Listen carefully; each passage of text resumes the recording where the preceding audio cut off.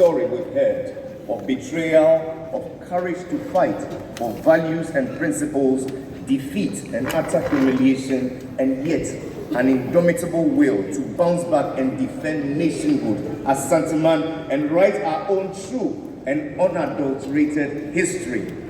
What you've just witnessed, Prof. Tom, is the Da Nsiom dance, a very ancient and popular dance among us, the Asante, which is going extinct. We reenact it today in your distinguished honor to thank you for your amazing work, which has been a labor of love. An inquiry into an understanding of the place of women in Asante state military structure. How do we reconcile the Asante proverb mentioned with the above statement made by Nana Efiakobi? What specific roles did women play in the Asante military setup? In which ways did religious and cultural beliefs hinder women from full participation in state war machinery? The 18th century were times of state union, expansion, consolidation for the Asante, and a constant feature which facilitated this process was war. Asante embarked on wars for political, economic, and ideological purposes. Analyzing the etymology of Asante, linguists equate the name Asante with war. OSEI, a known historian, gives two traditions to this effect. The first states that Asante emanates from the name Esan, which simply means war. So it is OTUMFUO is the corrupted form of OTUMFUO. The second tradition also states that Asante was a vassal of Denchira, and Asante, who states that war essentially elevated men over women. After the Battle of Eyase, Nana OSEI the first divided the states politically into different military duties. There was the Adonten, Trafo, Benkum, Nifa, Chidom, Jase, and the Ankobia. All these positions were occupied by men. Though theoretically, the Ohima, that is the co-ruler of the Ohene, could serve as the head of state in the absence of the king. I am then moving on to look at women in the founding of Asante. It is important to highlight the role played by the female ancestress in the founding of Asante. The Oyoko tradition indicates that Anchewenyame and her people descended from the sky near Esiakwa in Achimebuakwa. There is also another tradition which indicates that they descended near Asante Manso. Similar traditions are given by other Matri clans, including Nyankopon Guashia for the Bretu, Aso Bode for the Asuna, Amena Jata for the Asenie, and Sena Fontom for the Ebiana.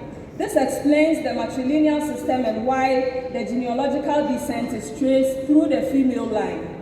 At the core of the socio-political organization was the Abusia, headed by the Abusia Penny and the Oba Penny.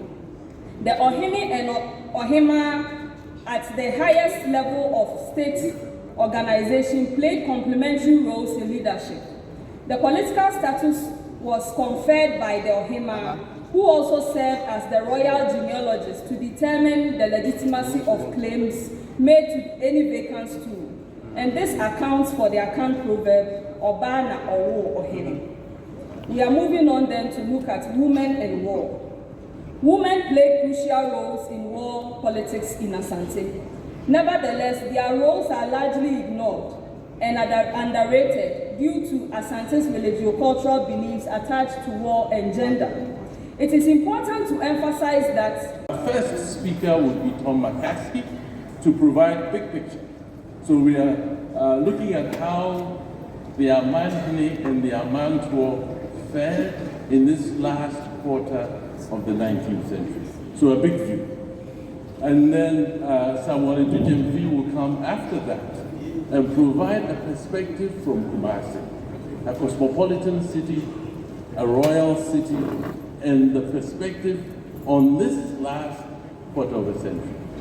Then we'll go to Professor Samuel Ntewusu, who will look at the missionary factor both in Sagranti going through the annexation in 1896, 1900. After all, it was the taking of the Ramsiers and Pune, borders, keeping them in Kumasi for 4 years, that incited the sentiments that would lead or feed into Sagranti War. It is also important to note that as the 1896 expedition came, they were followed by missionaries. So it is not surprising that some of the earliest photographs we have of the submission of Prempeh and his mother are from the archives of the Basel missionaries, because they followed the invasion of 1896. Then we'll go to Eugenia Anderson, and I've been enjoying conversations with her these last few days. From the diaspora, has done something very significant, and I shall use her point on the setting of Kumasi and the palace prior to 1874. The 19th century cosmopolitan city of the Asantehene in Kumasi was a well-built metropolis and economic center covering 1 mile north to the south and 3/4 of a mile in width. The monumental Ahimfi, which is the palace of the Asantehene, was located on a hill in the city center, measuring 1,500,000 square feet and covering 34 acres. The east edge of the imperial residence was the sacred Subin River, the supreme river deities and Asantehene's place where he would worship Tridianpo. Even to the immediate west, strategically positioned throughout the lush garden landscape of the Asantehene city were elaborately Asante designed buildings. He knew that after the Sagranti War and after the Civil Wars, he knew perfectly well that if the British unleashed their military power now on what was a weakened Asante, people would suffer in enormous numbers. So instead of permitting this to happen, he decided to surrender himself and his mother and various other of his dignitaries in his family to the British, provided they prosecuted no military action in Asante. So he was taken away as a British captive, and the rest of the story you know. He remained on the coast until 1900, and then he was sent to Sierra Leone and finally to the Seychelles and Indian Ocean, from which he did not return until 1924. But the Asante themselves had had enough of this. In 1896, when they took Prempeh away, they established a system of direct military informal rule through collaboration with chiefs, people that they had appointed themselves to run the country for them.